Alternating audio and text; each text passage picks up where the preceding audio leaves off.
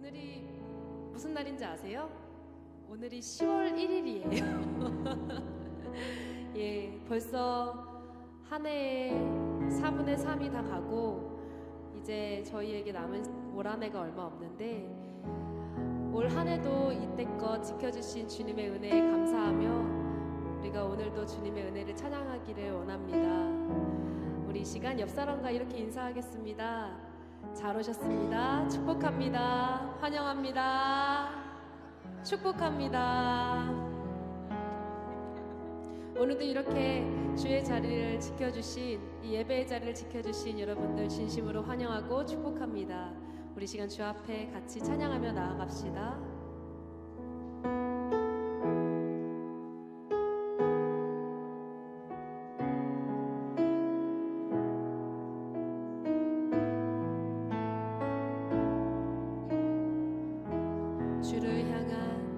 주를 향한 나의 사랑을 주께 고백하게 하소서.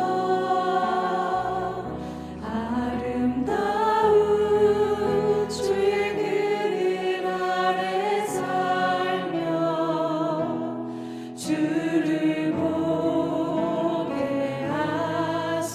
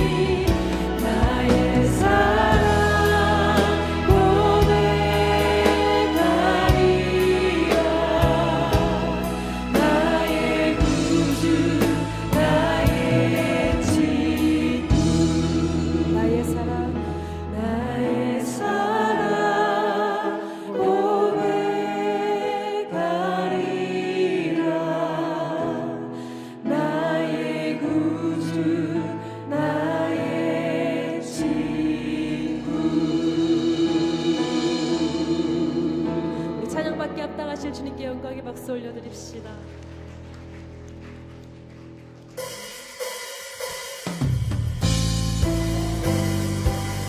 주님의 은혜를 계속해서 찬양하며 나아갑시다. 내 주 하나님 넓고 큰 은혜는 저 큰 바다보다 깊다.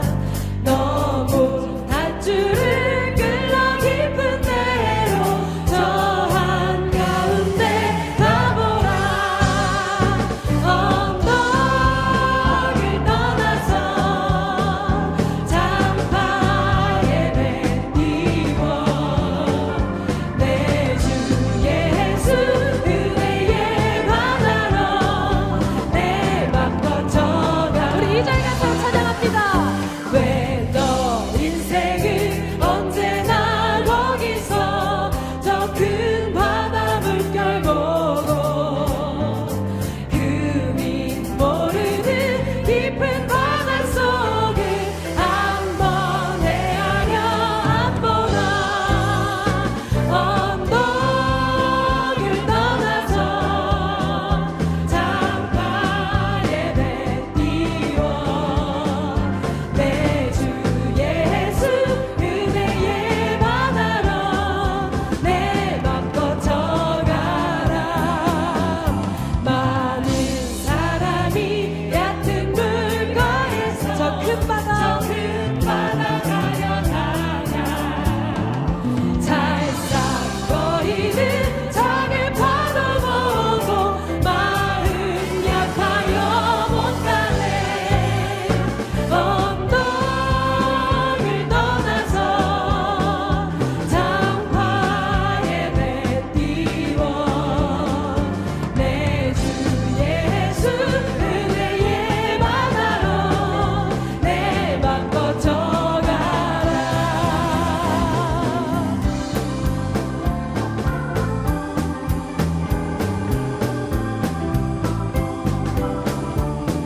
우리 주님의 은혜를 누리며 우리 이 시간 다 같이 신나게 한 번 더 찬양하며 나아갑시다. 자, 곧 가거라. 자, 곧 가거라. 이제 곧 가거라. 저 큰 은혜 바다 향해. 자, 곧 내노를 저 깊은 데로 가라. 망망한 바다로 언덕을 떠나서 장파에 뱉이워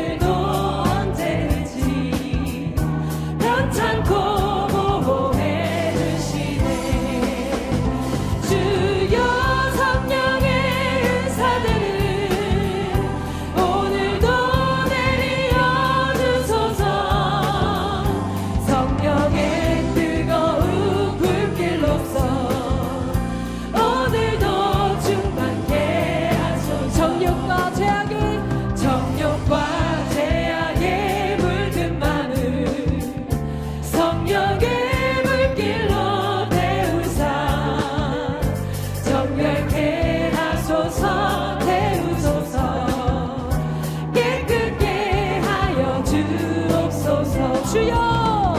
주여 성령의 은사를 오늘도 내려 주소서.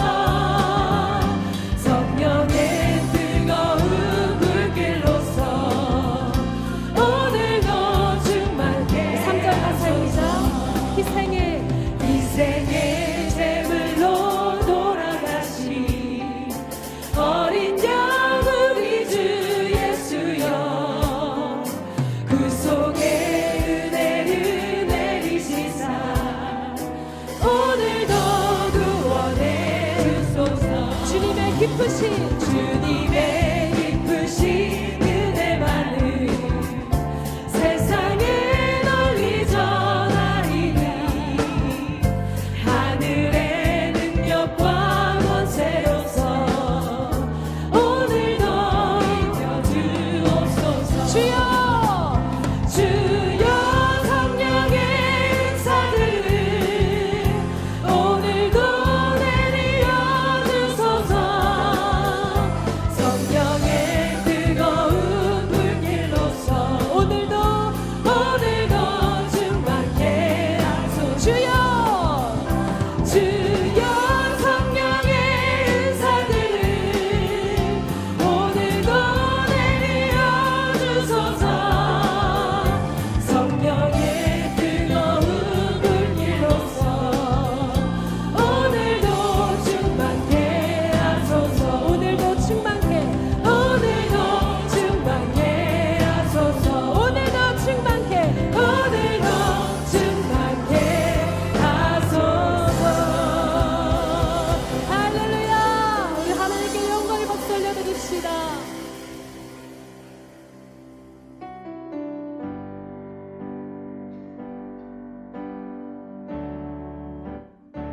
우리 시간 우리 안에 주님의 은혜가 가득하길 소망하며 우리 찬양 드리며 나아갑시다. 은혜 아니면 살아갈 수가 없네. 호흡마저도 다 주의 것이니 세상 평안과 위로 내게 없어도 예수, 오직 예수뿐이네.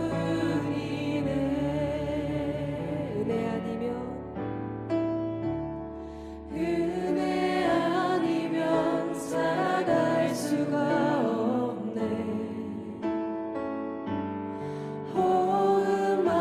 호흡마저도 다 주의 것이니 세상 평안과 위로 내게 없어도 예수, 오직 예수뿐이네.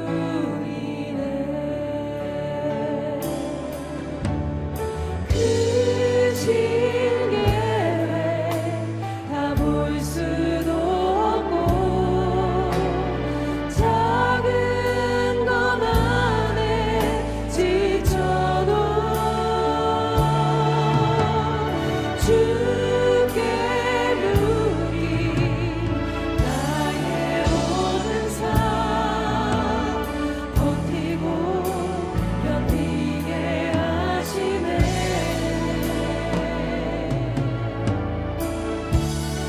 은혜 아니면 살아갈 수가 없네. 호흡마저도 다 주의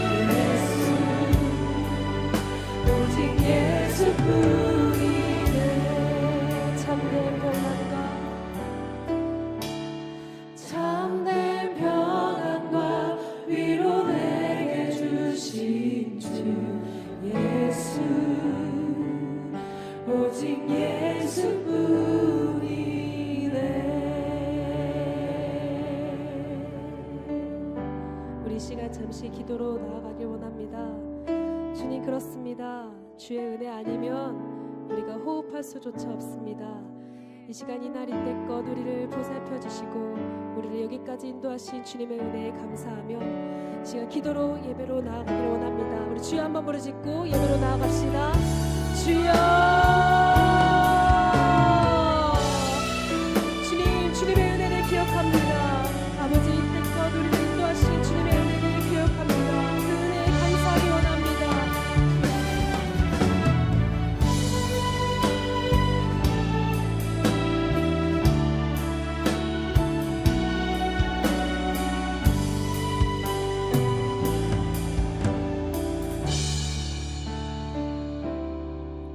오직 예수님만이 나의 생명이 되시고 오직 예수님만이 나의 소망이 되시기에 우리가 주님만 바라보며 이 시간 주의 전에 나와 주님을 예배합니다.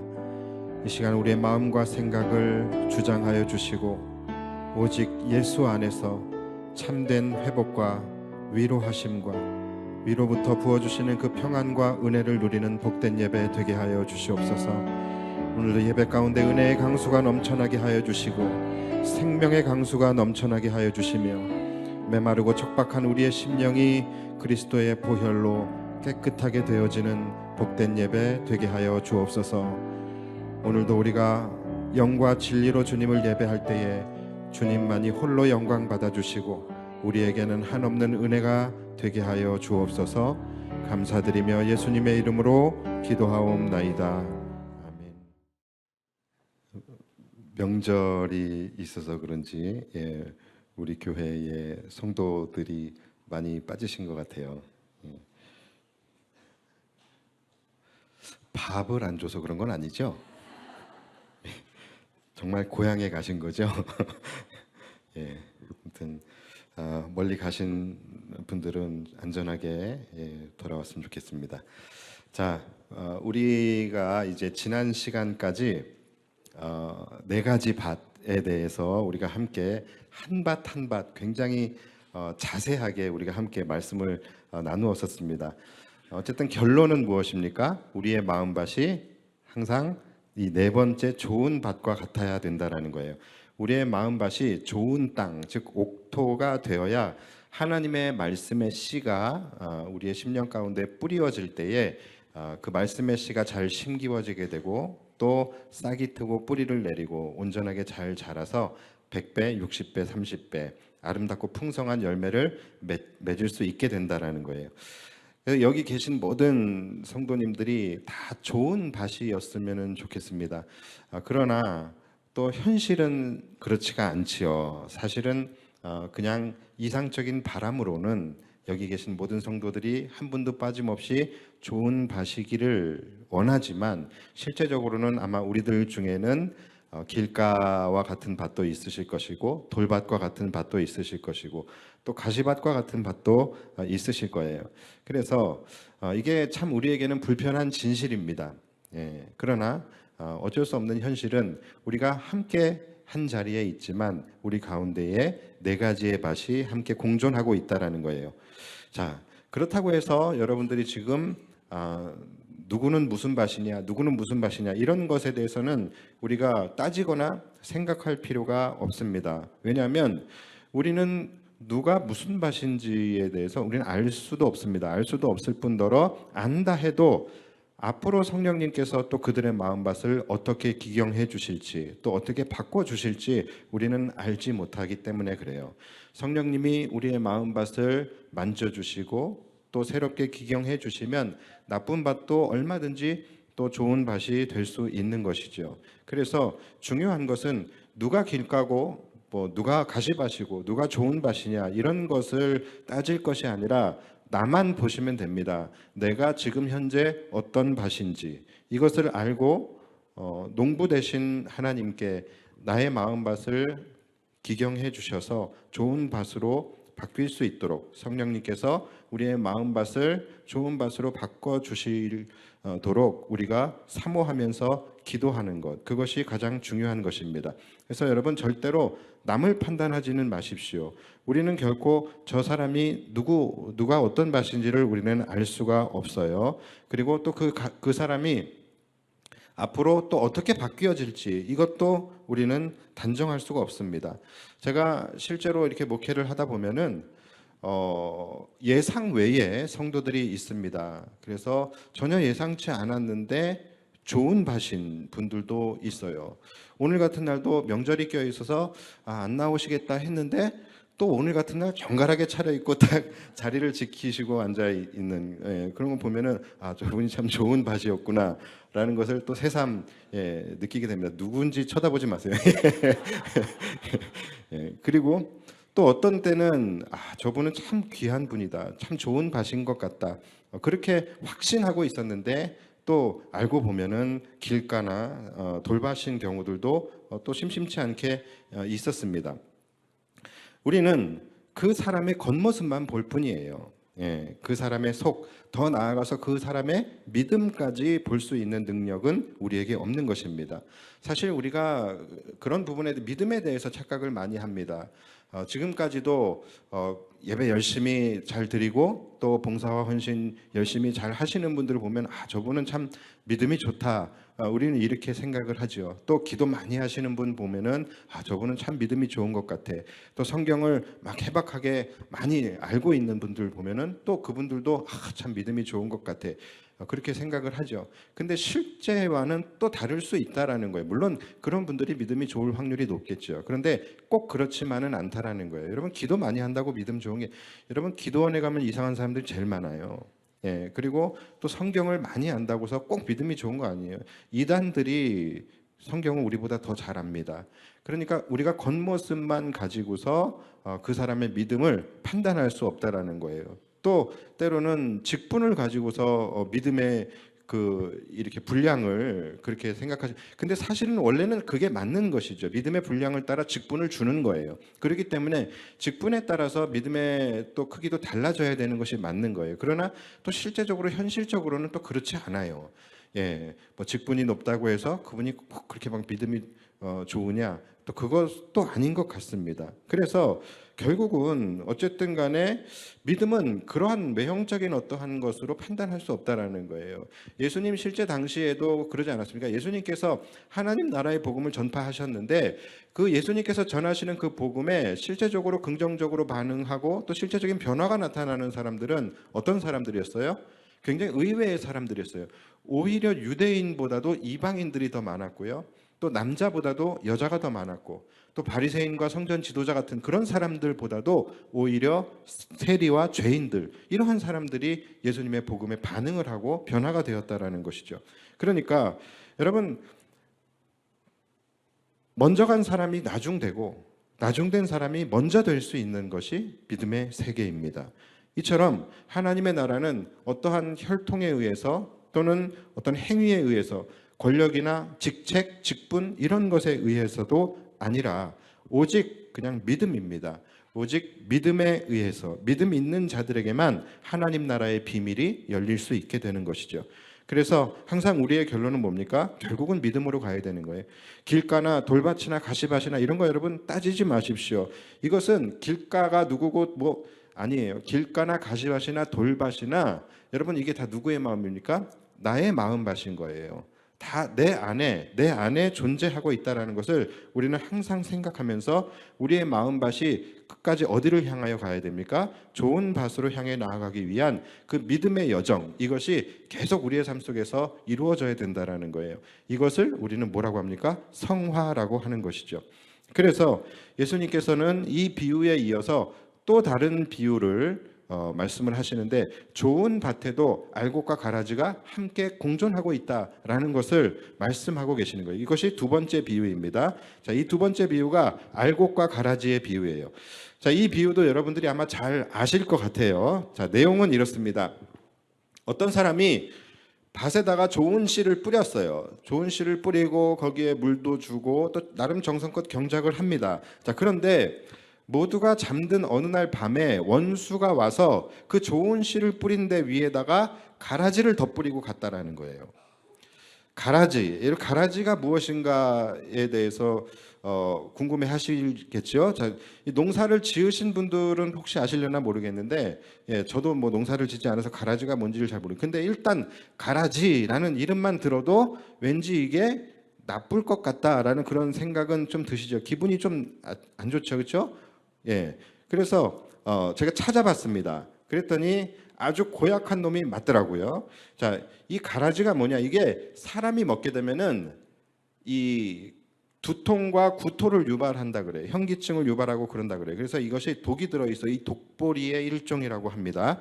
자, 그런데 이놈들이 진짜 고약한 이유가 뭐냐면 이것이 겉으로 볼 때는 밀과 아주 흡사하게 생겼다라는 거예요.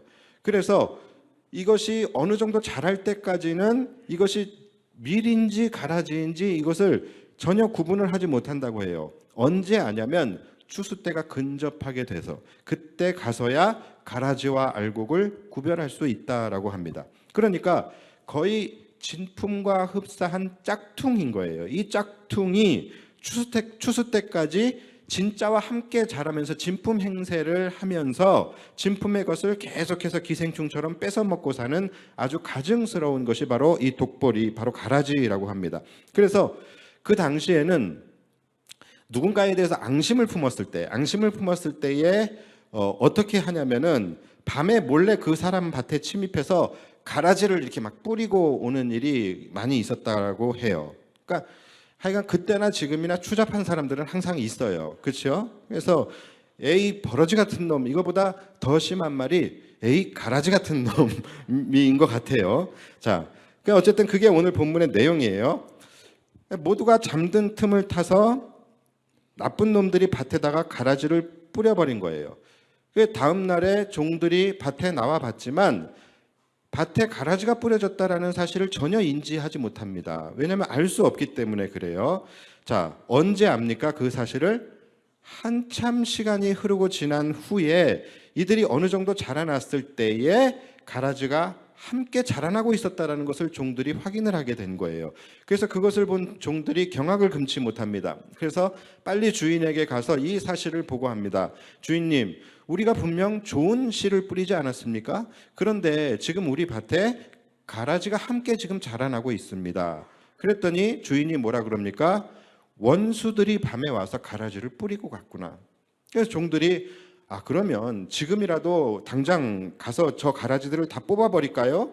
그렇게 얘기합니다. 그러자 주인이 뭐라고 얘기를 하냐면 아니다. 그냥 내버려 두어라. 괜히 지금 가라지를 뽑으려다가 진짜 곡식까지 뽑히게 될 수 있으니 지금은 그냥 두어라. 이렇게 얘기를 해요. 이 가라지가 아주 못된 게 뭐냐면 뿌리를 내릴 때에 밑에서 감아버린다 그래요. 그래서 진짜 좋은 곡식의 뿌리를 감아버려서 서로 엉키면서 뿌리를 내린다라고 해요. 왜 그래요? 진짜 곡식의 양분을 뺏어 먹기 위해서 기생충처럼 그렇게 하기 위해서 그렇게 하는 거예요. 그러니까 이게 위에서 볼 때는 각자 자라나는 것 같지만 밑에서는 뿌리가 서로 얽히고 설켜서 엉켜 있는 것이죠. 그러니까 위에서는 가라지만 뽑겠다고 뽑지만 결국은 모두 같이 딸려오는 거예요. 진짜 곡식까지 같이 딸려오게 되는 그런 상황이에요. 그래서 주인이 지금 뽑지 말라는 거예요. 나중에 추수할 때 어차피 다 뽑은 다음에 그 다음에 이제 알곡과 가라지를 나눌 텐데 알곡은 모아서 곡간에 들이고 가라지는 단으로 묶어서 불에 태워버리겠다라고 이야기를 하는 것입니다. 자, 그러면 이 비유의 내용 자체는 그렇게 어렵지 않아요. 자, 그렇다면 이 비유가 무엇을 상징하며 어떤 뜻인지를 우리가 알아야 되겠죠. 자, 여기에 대한 예수님의 해석이 나와요. 어디에 나오냐면 오늘 본문 뒤로 쭉 내려가면 36절부터 42절까지가 바로 이 비유에 대한 예수님의 해석이에요. 자, 36절을 보시면 이에 예수께서 무리를 떠나서 집에 들어가시니 제자들이 나와 이르되 밭의 가라지의 비유를 우리에게 설명하여 주소서. 자, 여러분 여기서도 역시 예수님께서 많은 사람들 앞에서 이 천국의 비유를 말씀을 하셨어요. 자, 그러나 여기에 대한 해석은 누구에게만 합니까? 지금 택하신 제자들에게만 지금 해석을 해주고 계시는 거예요. 자, 이것을 통해서 우리가 다시 한번 짚고 넘어가야 될 굉장히 중요한 사실 하나가 뭡니까? 바로 예수님의 비유. 이 예수님께서 비유로 말씀하신 그 목적은 모든 사람들에게 천국의 비밀을 쉽게 알게 하시기 위해서 비유를 말씀한 것이 아니라는 거예요. 오히려 그 비밀을 감추시고 오직 누구에게? 귀 있는 자들에게, 즉 택하신 자들에게만 천국 비밀을 알려주시기 위해서 비유를 사용하셨다라는 것을 우리가 다시 한번 짚고 넘어갈 필요가 있습니다. 자, 오늘 여러분들에게도 이 천국 복음, 이 하나님 나라의 비밀이 여러분들의 귀에 들려지시는 귀 있는 자들이 되시기를 예수님의 이름으로 다시 한번 축복드립니다. 자, 잘 들으셔야 돼요. 자, 그러면 이 비유에 대해서 예수님께서 뭐라고 말씀을 하시냐? 자, 37절부터 보시면 여러분 잘 들으세요. 자, 대답하여 이르시되 좋은 씨를 뿌리는 이는 인자요. 38절 밭은 세상이요. 좋은 씨는 천국의 아들들이요. 가라지는 악한 자의 아들들이요. 39절 가라지를 뿌린 원수는 마귀요. 추수 때는 세상 끝이요. 추수꾼은 천사들이니. 자, 여러분 여기서 예수님께서 분명하게 해석을 해주셨어요. 지금 무엇은 무엇이다 이렇게 상징하고 있는 것들을 다 짝을 지어서 설명을 해주셨어요. 여러분 이것을 잘 기억하셔야 됩니다. 예, 자, 예수님께서 뭐라고 말씀하셨는지 다시 한번 정리를 해볼게요. 자, 37절부터 여러분들이 눈으로 다시 따라가시면서 대답을 한번 해보세요. 자, 좋은 씨를 뿌린 사람은 누구죠? 인자, 즉 예수님이시죠. 자, 그리고 밭은 세상. 예, 좋은 씨는 천국의 아들들 누굽니까? 구원받은 백성들이에요. 자, 가라지는 악한 자의 아들들이에요. 사단에게 속한 자들이겠죠. 자, 그리고 가라지를 뿌린 원수는 예, 사단 마귀겠죠. 자, 그러면 추수 때가 언제입니까? 예, 세상 끝날 바로 심판 날을 의미하죠. 그다음 추수꾼은요? 그렇죠. 예수님의 심판을 도와서 함께 그 심판을 집행할 천사들을 의미하는 거예요. 자, 그러면 가라지는 누굽니까? 가라지 누구예요? 지금 엄청 찾는데 바쁘시죠? 예. 추수꾼은 누구예요? 천사예요. 신천지 아니에요. 천사입니다. 추수꾼은 천사예요. 자, 여러분 이 비유가 각각 무엇을 의미하는지 그 상관관계를 여러분들이 잘 들으시고 기억하셔야 돼요. 왜 그러냐면 지금 이 앞에 나온 비유가 있어요. 이 앞에 나온 비유가 뭡니까? 씨 뿌리는 자의 비유예요. 이 씨 뿌리는 자의 비유와 헛갈릴 수가 있기 때문에 그래요. 분명히 지금 이 비유는 알곡과 가라지의 비유입니다. 그렇죠? 씨 뿌리는 자의 비유는 이미 끝났어요. 그렇죠? 이미 끝났어요. 그러니까 그거 기억하시면 안 돼요. 지금 전혀 다른 새로운 비유를 지금 하고 있는 거예요. 그러니까 앞에 비유와 해석을 여러분들이 연결해 버리시면 큰일 나는 거예요. 그러니까 앞에 비유에 나오는 씨의 의미 이러한 것들을 같이 공유해 버리시게 되면은 이것은 전혀 다른 방향으로 가게 되는 거예요. 그래서 제가 꼭 기억을 하시라는 거예요. 자, 예를 들어서 씨라고 했을 때 앞전 비유에서 그 씨 뿌리는 비유에서 씨의 비유는 씨는 무엇을 상징합니까? 하나님의 말씀이었죠. 그래서 제가 매 시간마다 여러분 씨는 무엇을 상징합니까? 밭은 무엇을 상징합니까? 제가 여쭤봤었잖아요. 그렇죠? 꼭 기억하시라는 거예요. 자, 이전 비유에서는 씨는 하나님의 말씀이에요. 그런데 지금 오늘 이 비유에서의 씨는 뭡니까? 하나님의 아들들이에요. 그러니까 전혀 다르다라는 것이죠. 그러니까 두 비유는 모두 씨라는 것을 사용을 합니다. 상징적으로 사용을 해요. 그러나 그 씨의 해석은 비유마다 그 해석이 다르다라는 거예요. 서로 엉켜버리면 안 되는 거예요. 밭도 마찬가지예요. 씨 뿌리는 비유에서 밭은 뭘 의미했어요? 성도들의 마음밭을 의미했어요. 그런데 오늘 이 비유에서 밭은 뭡니까? 그렇죠. 밭은 세상이에요. 그러니까 모든 해석은 반드시 해당 비유에서만 적용될 수 있는 거예요. 이것을 서로 비유를 넘나들면서 막 크로스 오버 해가면서 의미를 공유하고 그렇게 해석을 하면 안 되는 겁니다. 그러면 큰일 나. 그럼 뭐가 됩니까? 이단이 되는 거예요. 여러분 이단들이 하는 대표적인 짓이 바로 이런 짓이에요. 이들이 늘 하는 것이 뭐예요? 이 비유 갖고 장난을 치는 거예요. 이 비유에만 국한된 해석이거든요. 그런데 이것을 다른 말씀에 싹 적용을 시켜버리는 거예요.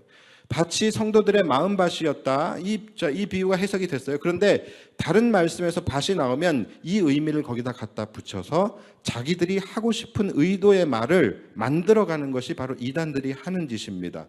그래서 여러분 항상 조심하셔야 돼요.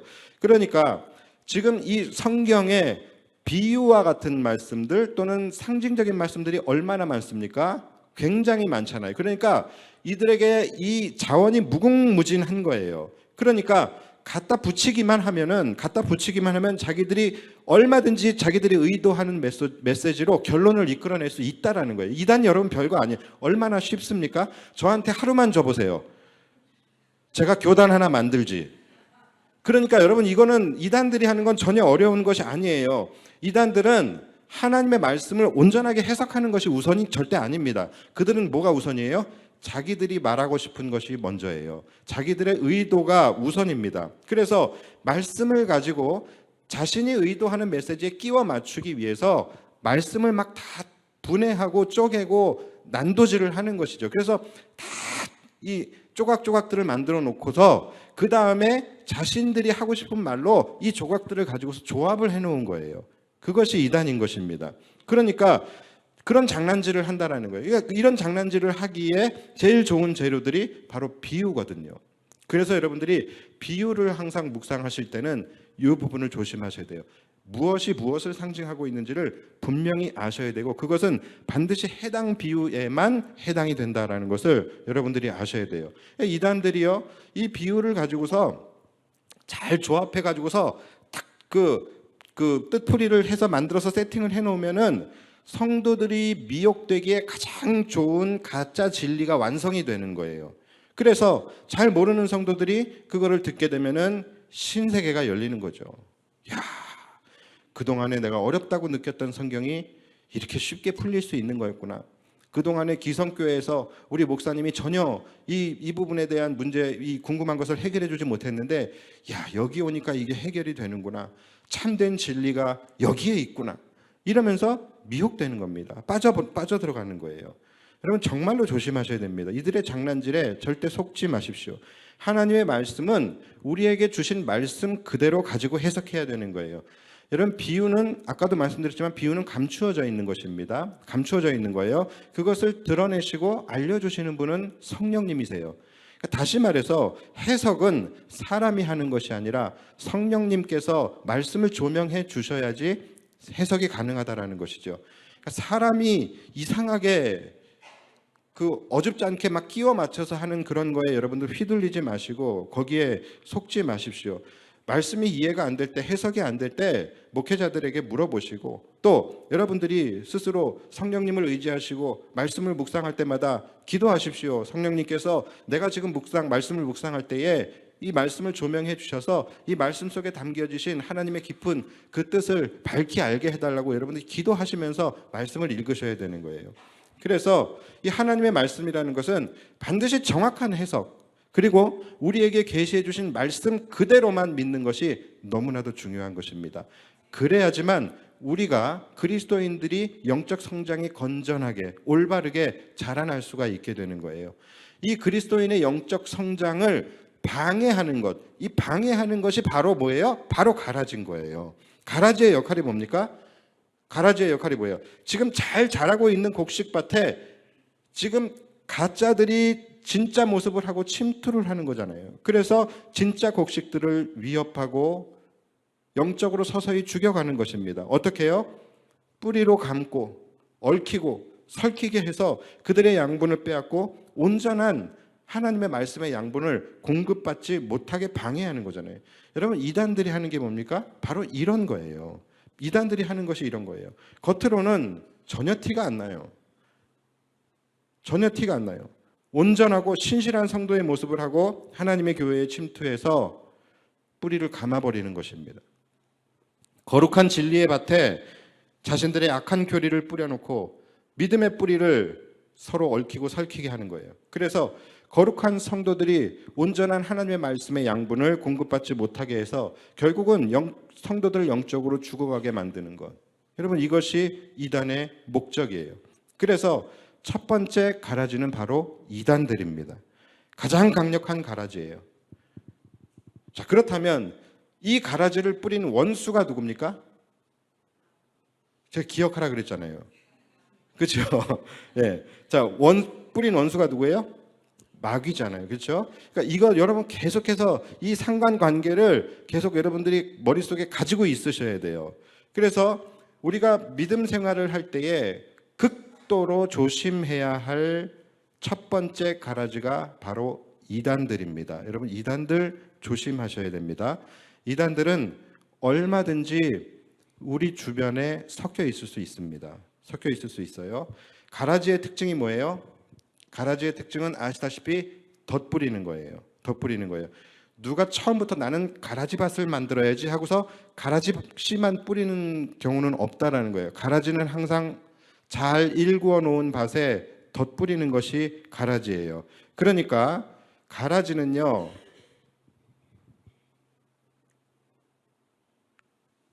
하나님의 백성들이 함께 모여 있는 교회에 뿌려지는 거예요. 교회에 침투되는 것입니다. 그것이 이단들의 궁극적인 목적이에요. 좋은 곡식들 사이로 침투해서 좋은 밭을 파괴하는 것. 하나님의 백성들이 모여 있는 교회에 뿌려져서 교회를 무너뜨리는 것. 이것이 이단의 목적입니다. 그래서 모든 이단들의 생명은 포교입니다. 생명을 빼앗아 오는 거예요. 하나님의 교회의 목적은 뭡니까? 생명을 살리는 거예요. 그래서 모든 하나님의 교회는 구원과 하나님의 나라를 이루어 갑니다. 자, 그러나 이단들의 목적은 정반대예요. 사단의 나라를 이루는 것이고 생명을 살리는 것이 아니라 죽이는 것입니다. 그런데 문제는 뭐냐면 세상 사람들이 볼 때는 그냥 교회예요. 이단 교회나 하나님의 교회나 세상 사람들이 볼 때는 똑같은 교회로 인식을 한다는 거예요. 그래서 환장하는 거예요. 하나님의 교회나 다 똑같이 봐요. 왜요? 가라지나 알곡이나 겉모양으로는 구분할 수 없기 때문에. 이것이 너무나도 큰 문제입니다. 여기서 하나님의 나라라고 하니까 그 하나님의 나라 생각하시는 분 계실 수도 있어요. 그 하나님의 나라 아니, 저 윗동네에서 막 싸우고 있는 그 하나님의 나라, 하나님의 교회 아닙니다. 예. 하여간 그러니까 제가 이렇게 이야기를 하면서도 이 높아심에 계속 이야기하게 되는 거예요. 그 하나님의 교회가 아닙니다. 진짜 하나님의 교회. 왜 하나님의 교회라는 이름을 사용하는지 모르겠어요. 얼마나 스트레스를 받는지 모르겠어요. 아니, 하나님이 좀 나서시지. 하나님이 본인의 이름을 그렇게 도용하는데 그러면 하나님이 좀 나서서 이거 좀 막아주시고 이거 사용금지 가처분이라도 좀 해놓으시지. 아무튼 이단들이 이렇다라는 거예요. 그러니까 겉으로 보기에는요, 하나님의 교회와 이단 교회를 구분하지 못해요. 거룩한 성도와 가라지를 구분하지 못한다라는 거예요. 그렇기 때문에 이 가라지라는 것이 우리에게 굉장히 위협적일 수밖에 없는 것입니다. 원수가 가라지를 뿌리고 갔어도 한동안은 가라지를 뿌렸는지 전혀 알 수가 없듯이 이단들도 마찬가지예요. 처음에는요, 기존 성도와 똑같은 모습으로 다가오게 됩니다. 아니요, 오히려 기존 성도들보다 더 신실한 성도의 모습을 가지고 와요. 고린도전서 1장에 보면은 사단이 어떻게 해요? 자기를 광명한 천사처럼 가장한다 그러잖아요.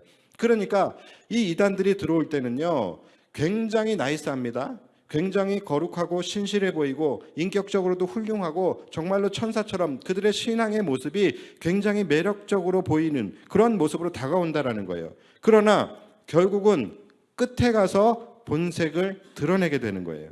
그때까지는 그들이 본색을 드러내기 전까지는요, 가라지를 분별해내기가 쉽지 않다라는 거예요. 이것이 큰 함정인 거예요. 여러분, 이단이 왜 이단입니까? 달을 이에 끝 단이잖아요. 그러니까 끝에 가서 다르다라는 거예요. 그러니까 끝에 가기 전까지는 똑같다라는 거예요. 그래서 끝에 가기 전까지는 거룩한 성도의 모습을 하고 있기 때문에 우리가 그것을 분별해낸다라는 것이 굉장히 어렵다라는 거예요. 뭐 얘기 들어보니까는 신천지들이 교회에 침투했을 때에 6년, 7년 동안 숨기고 있대요. 상 줘야 돼요. 그 정도면. 어떻게 그렇게 자기들의 정체를 그렇게 숨길 수 있어요? 그러니까 똑같다니까요. 추수 때가 가야지만 알 수 있어요. 그러니까 얼마나 지금 우리가 위험한 상황 속에서 우리가 지금 믿음 생활을 하고 있는지를 여러분들이 아셔야 된다는 거예요. 그래서 우리 어떻게 해야 되겠습니까? 이게 굉장히 어려운 문제거든요. 사실상 여러분 가라지들이 우리 밭에 들어오게 되는 것을 사실상 막을 수가 없습니다. 막을 수 있다면 제가 막을 수 있다라고 이야기하겠죠. 그런데 실제적으로는 막을 방법이 없어요.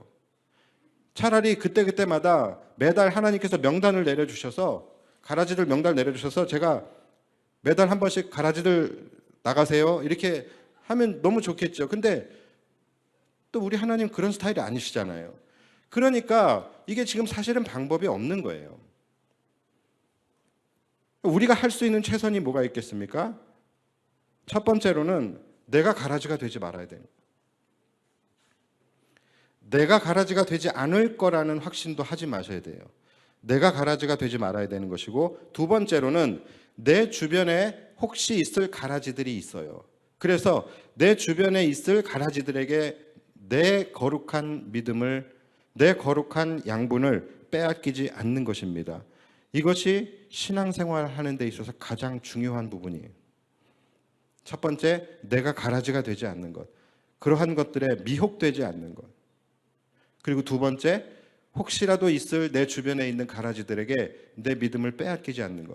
그러니까 결국은 믿음의 싸움이고 믿음을 지켜내는 싸움이라는 것이죠. 자, 그렇다면 마지막으로 우리가 그렇게 되지 않기 위해서 우리는 무슨 노력을 해야 하며 어떠한 부분을 경계해야 할 것일까? 제가 처방을 내려드릴게요. 그런데 너무나도 뻔한 처방일 수 있겠지만 그래도 이거 말고는 다른 처방이 없습니다. 뭐냐면 우리가 항상 영적으로 깨어 있는 수밖에 없습니다. 여러분, 이것이 유일한 처방이에요. 항상 영적으로 깨어서 교회를 살피고 자신을 살피고 가정을 살피고 성도들을 살피는, 이거 말고는 답이 없습니다. 왜냐하면 가라지는 언제 뿌려집니까? 가라지는 언제 뿌려져요? 잠들었을 때 뿌리고 가는 거예요. 잠들었을 때. 늘 말씀드리지만 가장 좋은 처방은 예방입니다. 오늘 본문에서도 악한 자들이 와서 언제 가라지를 뿌리고 갑니까? 25절 보시면 사람들이 잘 때에 그 원수가 와서 곡식 가운데 가라지를 덧뿌리고 갔더니, 그러니까 사람들이 깊이 잠들었을 때 원수가 와서 가라지를 뿌리고 간다라는 거예요. 그러면 가라지를 못 뿌리게 하려면 어떻게 해야 합니까? 자지 말아야겠죠. 그렇죠? 자고 있을 때 뿌리니까 자지 말아야 돼요. 다른 말로 하면 깨어 있어야 된다라는 거예요. 육신이 항상 깨어 있는 것은 불가능합니다. 그렇죠? 그러나 여러분, 영적으로 항상 깨어 있는 것은 얼마든지 가능합니다. 사단 마귀는요, 우리를 언제 공격합니까? 우리가 영적으로 잠들어 있을 때, 즉 영적 수면기에 들어갔을 때, 영적으로 침체되고 영적으로 깨어 있지 못할 때, 그때 찾아와서 가라지를 뿌리고 가는 거예요. 우리의 예배 생활, 말씀 생활, 기도 생활, 이러한 것들을 등한시하고 하나님과의 관계가 멀어지고 하나님과의 관계가 소원해지고, 이렇게 해서 우리가 영적 수면기에 들어가게 될 때 반드시 사단은 여러분들의 영혼에 찾아와서 가라지를 뿌리고 가게 됩니다. 조심하셔야 됩니다. 교회도 마찬가지예요. 교회가 영적으로 침체되어져 있을 때, 교회가 예배에 목숨 걸지 않고 교회가 말씀과 기도의 두 기둥이 견고하게 서지 못하게 될 때에 반드시 사단은 교회에 들어와서 가라지를 뿌리고 가게 됩니다. 또 어떨 때 가라지를 뿌리게 됩니까? 방심할 때예요. 방심할 때. 우리가 보통 언제 방심하죠? 너무 편안할 때 방심하게 돼요. 그렇죠? 교회가 평안할 때, 교회가 잘 돌아갈 때에, 교회가 부흥할 때에, 교회가 승리했을 때에, 그때 방심하게 됩니다. 그래서 항상 그때를 조심해야 되는 거예요. 왜냐하면 그때가 바로 우리는 편안하고 우리는 평안하고 우리는 승리에 젖어 있을 줄 모르겠지만 그때가 바로 사단이 들어와서 가라지를 뿌리기에 가장 좋은 찬스라는 것이죠. 그래서 우리 새 영광교회 성도들 항상 깨어 있어야 합니다. 항상 깨어 있어야 돼요. 그래야지만 원수가 와서 가라지를 뿌리지 못하게 되는 거예요.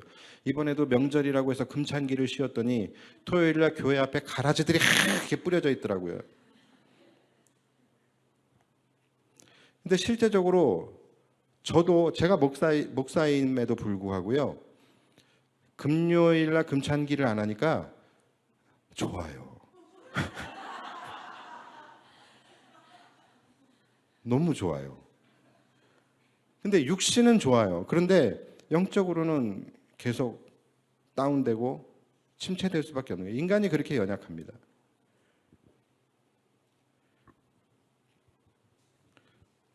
오늘 여기까지 하고 다음 주에 이어서 그러면 또 다른 가라지들이 어떤 가라지들이 있으며 이 가라지들을 우리가 어떻게 해야 할 것인가, 여기에 대해서는 다음 주에 나누도록 하겠습니다. 다시 한번 말씀드리지만 여러분, 가장 좋은 처방은 예방입니다.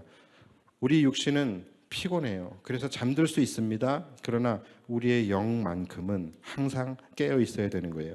우리 교회가 그동안에 계속해서 금찬기를 강조하고 말씀과 기도와 찬양의 영성을 강조하는 이유는 영적으로 깨어 있어야지만 우리가 안전할 수 있기 때문에 그래요. 깨어 있어야 사단이 들어와서 가라지를 뿌리고 가지 못하기 때문에 그렇습니다. 여러분, 지금 우리는 영적 전쟁 중입니다. 이것을 여러분 꼭 기억하시고 늘 깨어 있으셔서 천국 가는 그날까지 가라지들에게 여러분들의 영혼을 빼앗기지 마시고 믿음을 빼앗기지 마시고 안전하게 영광스러운 하나님의 나라에 우리 함께 들어갈 수 있는 우리 모두가 되기를 주님의 이름으로 축복합니다. 기도하겠습니다.